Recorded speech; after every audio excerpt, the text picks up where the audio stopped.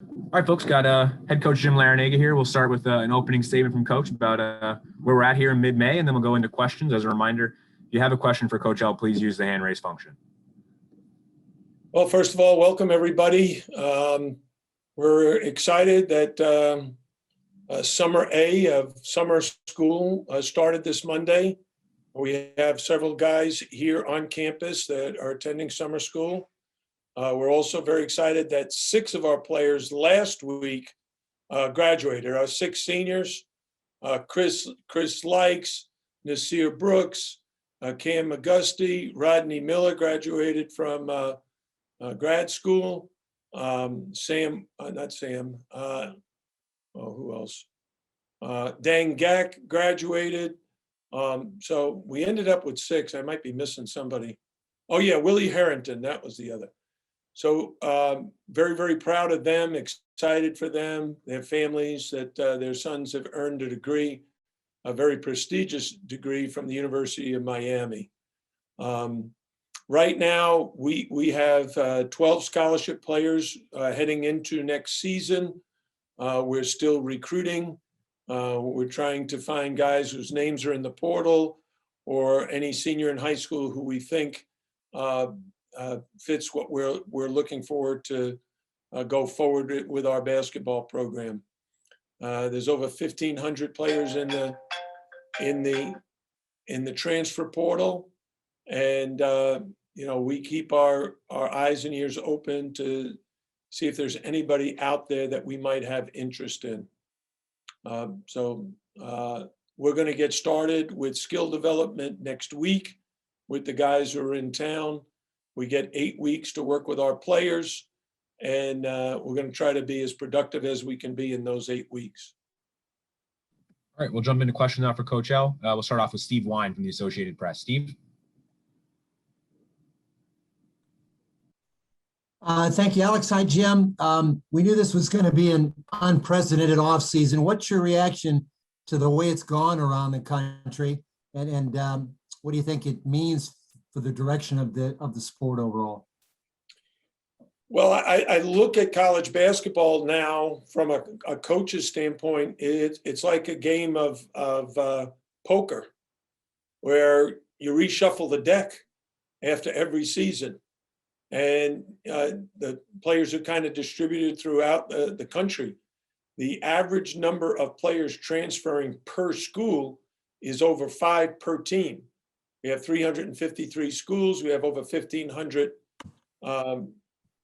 transfers. So everybody's roster is going to look very, very different. Some rosters will have quite a few freshmen, incoming freshmen, and quite a few transfers. And since the NCAA has allowed seniors to return, there are going to be a ton of upperclassmen playing next year. Now, I think we'll have 5 seniors on our roster next season, 5 of the 12 scholarship players we have right now. All right, now we'll go to Michelle Kaufman from the Miami Herald. Michelle?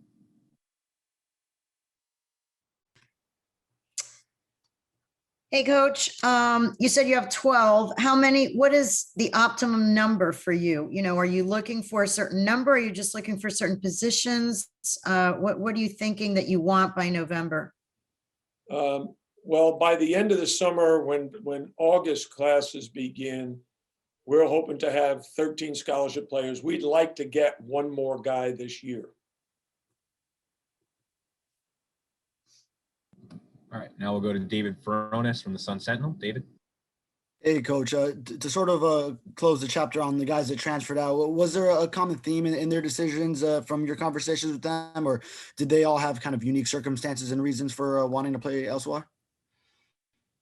Yeah, I'd say each of them had their own individual situations.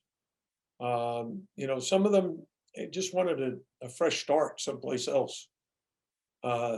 I'll use our seniors as an example. If you look at Chris Likes and Nasir Brooks, they both graduated. They're like, okay, I've already graduated from college. I've experienced what Miami is like. Hey, let me try, some other place. And from what I've heard from a lot of recruits that we've talked to, they all say like, hey, my friend's transferred, so I think I'll look around and see what else is out there. Now, the direction that recruiting is going in, and this is a major concern of mine, what's going to happen next spring? Right, this spring, it was pretty efficient, if you ask me. Everybody who transferred didn't take an official visit. They did a Zoom visit. So there was not a lot of expense to recruit transfers. However, next spring, come March, and kids start to transfer, if the rule remains the same that now they can take 5 visits, can you imagine what it's going to be like when a kid can take 5 visits through April, May, and June? And what will it do to them academically? Because if I'm a kid and I feel like I'm transferring, so I don't really need to keep up my schoolwork here. I'm going to another place. I'll just, I'll visit during the week. I'll take my 48 hours on, Wednesday, Thursday, Friday, and miss 3-day classes because, I'm going to be able to play because I'm going to be eligible because I have a 2.0. But, I can really enjoy myself and get to 4 or 5 different schools during these next 4 or 5 weeks. Well, if you do that and you start doing your visits in April, we've already just finished graduating in May. So a kid would be taking his visits all through the time he should be really buckling down after a season to catch up with his schoolwork and to get his grades in order so that he'd be on time for graduation. I think in terms of academic progress, this is the worst thing that's ever happened to college basketball. And I also wanted to check in on Cam Agusti and Isaiah Wong. Last we heard they were testing the NBA waters. Are they now coming back, or what's the latest on them? Well, there's no update because the NBA hasn't done anything yet. So okay. They're just in the wait and see, hoping to get a look at by NBA teams, maybe get invited to the combine. And the NBA combine is not for a good long while. So we don't expect any decisions to be made on either of those until the combine makes its choices. We'll go now to Chris Stockton inside the U. Chris? Yes, just a few questions. With Cam and Isaiah, are they going to participate in your skill workout stuff, or are they doing their own? Okay, specifically with Isaiah, obviously good year last year, but just maybe some things that you'll work with him on individually. Well, I just sent a text message to all the players asking them, now that skill development is starting this Monday, what are the areas of your game that you want us to focus on? I haven't heard back from Isaiah, but I'm pretty sure I know he wants to improve his 3-point shooting. He wants to improve his ball handling and decision making. So he'll send us the list of the areas he wants to focus on, and then that's what we'll do during this month of June and July. And also just to follow, Jakai and Wuga, are they on campus now? Oh no, they haven't graduated from high school yet. Do you expect them this summer on campus? Well, I expect them as soon as they're done graduating, they'll be here, because one of the new NCAA rules is you don't have to be in summer school to be on campus and receive your scholarship. So as soon as Wuga graduates, as soon as Jakai graduates, they'll be down here. And just how much you looking forward to that, working with them, with your coaches in this whole summer, and your thoughts on those 2 players maybe coming into your program? Well, when we recruited them, we saw tremendous potential in their futures. Wooger's an outstanding athlete and can really shoot the ball. Jakai Robinson is an outstanding competitor, a real warrior type who can play multiple positions. So the key for them, as it is for all freshmen, can you make the adjustment defensively? I think they'll both be fine on offense, but can you make the adjustment of defending another terrific player throughout a ball game? Because most freshmen are well behind defensively. And just lastly from me, you touched on you'd like to get to that 13th scholarship player. Are you looking for a specific position? I kind of guess maybe a front court player. Yeah, we need a big guy. We only have, if you look at size, we have Rodney Miller, Dengak, and Sam Wardenberg. You know, most of the teams in our league have 5 or 6 guys like that. We have 3. So we'd like to add a 4th. Go back to Steve Wine from the Associated Press now. Steve. So Jim, we're going to have a lot of really experienced players on a lot of teams next season, which is against the trend in recent years in college basketball. Do you think the kind of competition we're going to see is going to be very different because of that next season? Well, I think the competition throughout the country will be very, very similar to what we've seen. My concern for all these players who are transferring is, can the school that they transferred to meet their expectation? So I don't have to worry about anybody else, but I know in our situation, we recruited Charlie Moore, who transferred from DePaul. Well, we have an ideal opening on our staff for him, and that is to replace Chris Likes. He's a different player, but a very productive player. Jordan Miller is kind of our replacement for Earl Timberlake. Earl didn't get a chance to play and contribute a lot as a freshman, but he was 6'5", 6'6", left-handed, very versatile, could handle the ball, could guard multiple positions. Jordan Miller is very much like that. Now, Jordan hasn't played in the ACC yet, but I think he's a proven commodity at the Atlantic 10 level, at being the leading scorer and leading rebounder for George Mason. So he's already here.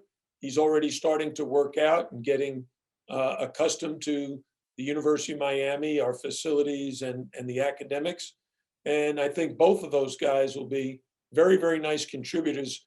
And I would assume immediately, because they're not young kids who have to learn how important defense is. Their skill set is pretty well established. So I think Charlie and Jordan are really good additions. Now we'll go back to Michelle Kaufman from the Miami Herald. Michelle. Yeah, kind of following up on what you're saying about how this is, obviously in your estimation, bad for college basketball for so many different reasons that you've mentioned that all make sense.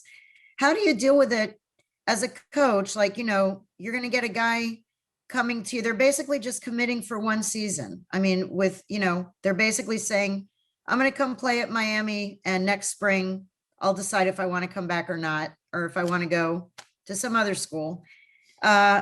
How do you deal with that as a coach? I mean, how much commitment do you make to these players if they're not really committing to you? Well, my commitment to them is not about it's quid pro quo. That's not how I've ever looked at coaching. And I'll give you a very good example. Chris Likes played here for 4 years. His first 3 years, I think he had a terrific career. His 4th year was very frustrating. But it wasn't just frustrating for him. That was frustrating for me, my coaches, his teammates, not to have our preseason first team ACC player not competing and helping us win games. But I got a beautiful text from his mom thanking me and my staff and my wife for devoting so much time and energy to Chris. And I text her back and told her he's very much a part of my family and will always be, despite the fact that he decided to enter his name into the portal and transfer to Arkansas. It has nothing to do with the experience that we shared together for 4 years. So as far as I'm concerned, if someone is here for 1 year, okay, we're going to do the best job we can. Do you guys remember Deandre Burnett? Deandre Burnett played here for 1 year as a freshman. He's from Carroll City, and he came as a freshman. He was a part-time starter. I still stay in touch with him. He still loves Miami. He transferred out, went to Mississippi to finish out his career. But that doesn't mean I'm mad at him or he let me down or he wasn't committed. No. Every one of these young men are on their own journey. They all have goals in mind. And it's very, very hard to be critical of someone transferring, it'd be very hypocritical of me when we've recruited so many transfers. We recruited Shane Larkin. He transferred from DePaul. We recruited Angel Rodriguez. He transferred from Kansas State. Sheldon McCullough transferred from Texas. Kamari Murphy from Oklahoma State. We've had all these transfers who've done great for us, and they love Miami. And they come back to Miami and they stay in touch with me. Angel was here the other day hanging out in the training room. So should I be critical of someone that makes that same choice because he's leaving my program? No. I think kids are on their own journey. They are greatly influenced by agents, by AAU coaches, high school coaches, parents, relatives, friends, and depending on who they listen to as to what direction they go in. And that's always going to be the case, even more so now because of NIL. Name, image, and likeness is going to be a true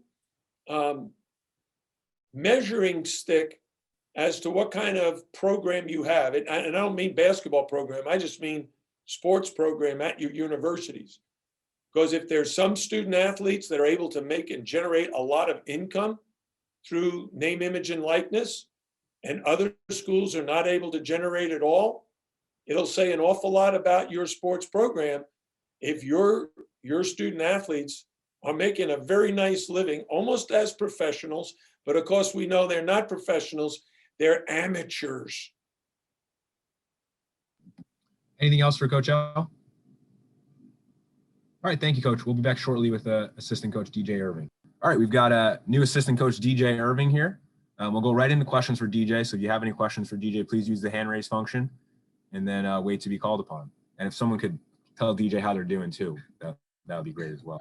Very nice of him to ask. We'll start off with Michelle Kaufman from the Miami Herald. Hi, DJ. Welcome to Miami.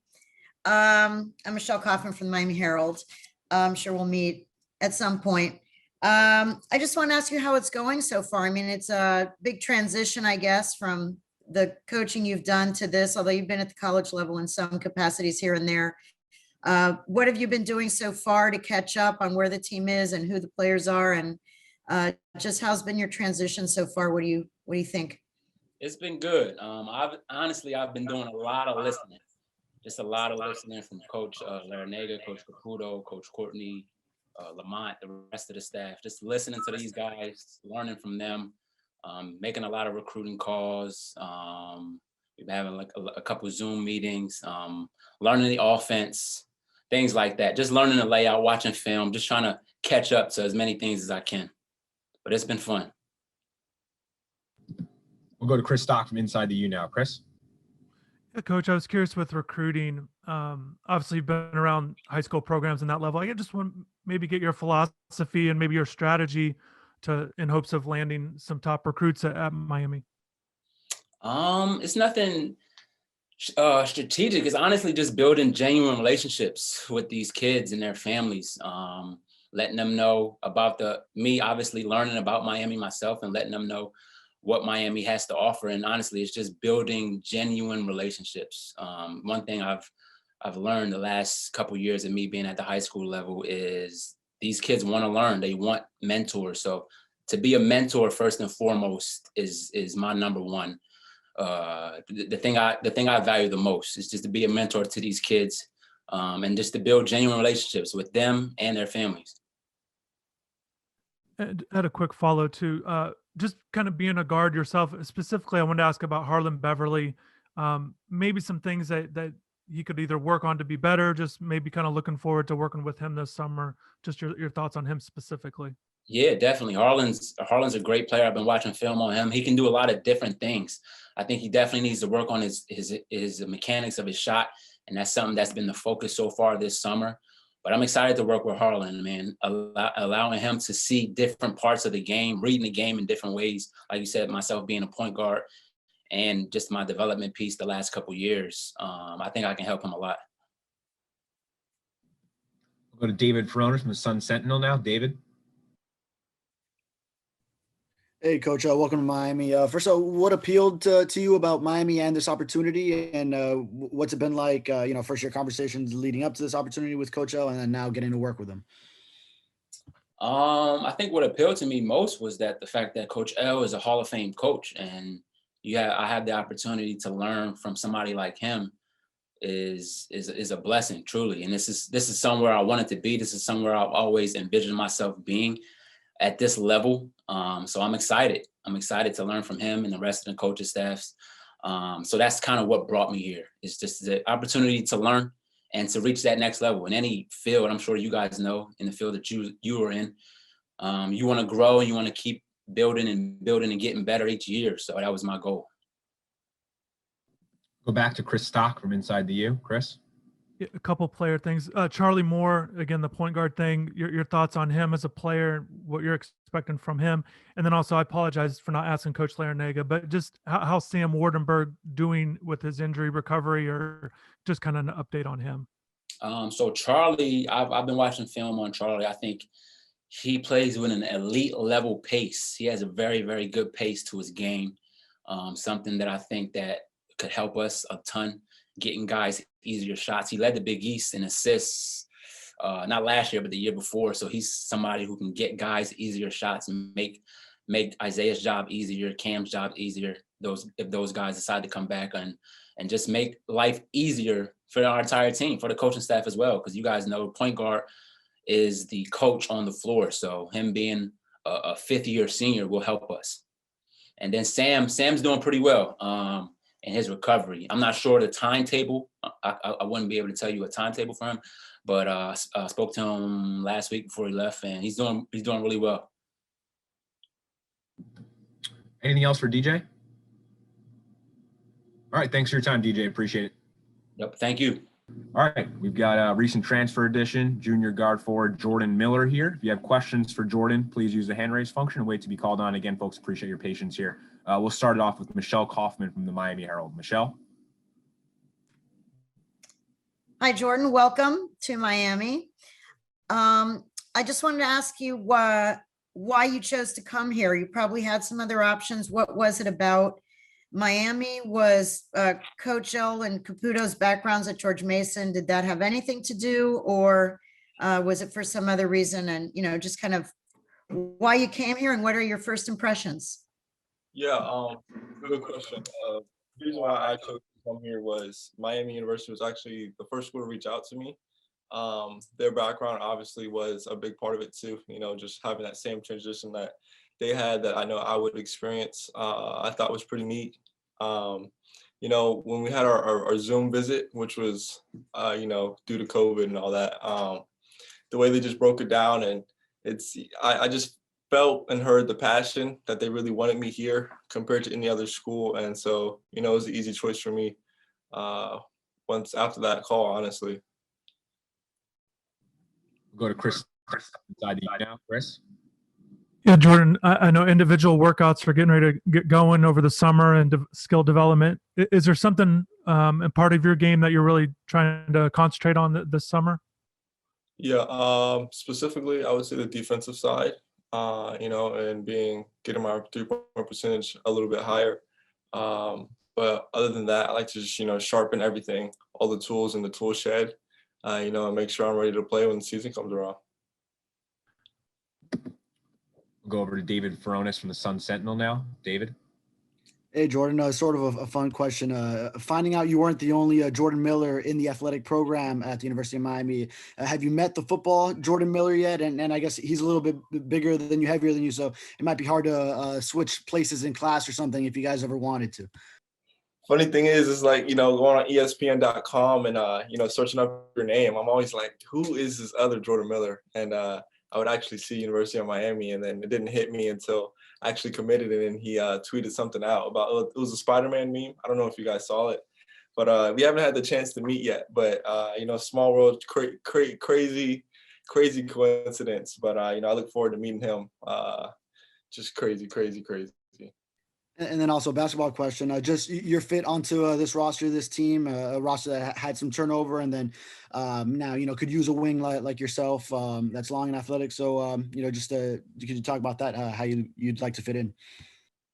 Yeah, I mean, this is a great group of guys. I've had a chance to talk with them, play a little bit. Just excited, honestly, fit in any way I can, looking to just bring in whatever the team needs. I think having a group that's a lot older this year, and experience goes a long way. And I believe, if we just put in the work and we do what we have to do, it should be a good season. We'll go back to Michelle Kaufman from the Miami Herald now. Michelle. Yeah, Jordan, if you could just tell us your first impressions so far of Miami, the campus, the basketball facilities, your teammates and stuff. What are your first impressions, from last, like, when did you get here? How long have you been here?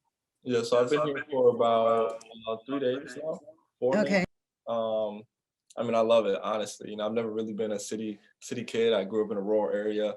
The weather is nice. Can't complain about that. The teammates, I love them so far. Like, just getting along, great group of guys from what I've seen. The facility, the gym, I was just shocked. Practice facility, I was shocked again. I love it. And this is somewhere I can see myself being happy for the next 2 years, which is most important. But I mean, my first initial impression, I'll just give it 11 out of 10, not because it's my number, but just because, it blew me away. And, like I said, I'm just happy to be here. Go back to Chris Stock from Inside the U. Chris. Yeah, two things, Jordan. Just first, the opportunity and playing in the ACC for a basketball player. And I know that's always a big thing. Can you speak on that? And then also just your thoughts on Charlie Moore, maybe your interactions with him, if you've watched highlights or seen him play, your thoughts on his game as well. Yeah, so for the ACC question, and I believe it's every kid's dream, to play in ACC or other high major leagues. No discredibility to mid majors, low majors, but every kid growing up wants to play in a really good league, and it's exciting getting to play good teams and look forward to it. And and every night you're going against the best of the best, potential NBA prospects. I mean, you couldn't really ask for anything else. As far as Charlie Moore, yeah, I've been in contact with him. He's actually not on campus yet, but I mean, he seems pretty cool. I watched a couple of his highlights. He seems like a great point guard, can really share, can really score the ball. I'm excited to, further develop our relationship. And when he comes, just looking forward to just hitting the ground running. Anything else for Jordan? All right, Jordan, thank you very much for your time. Appreciate it. Appreciate you guys. Thank you. Thank you for the welcome.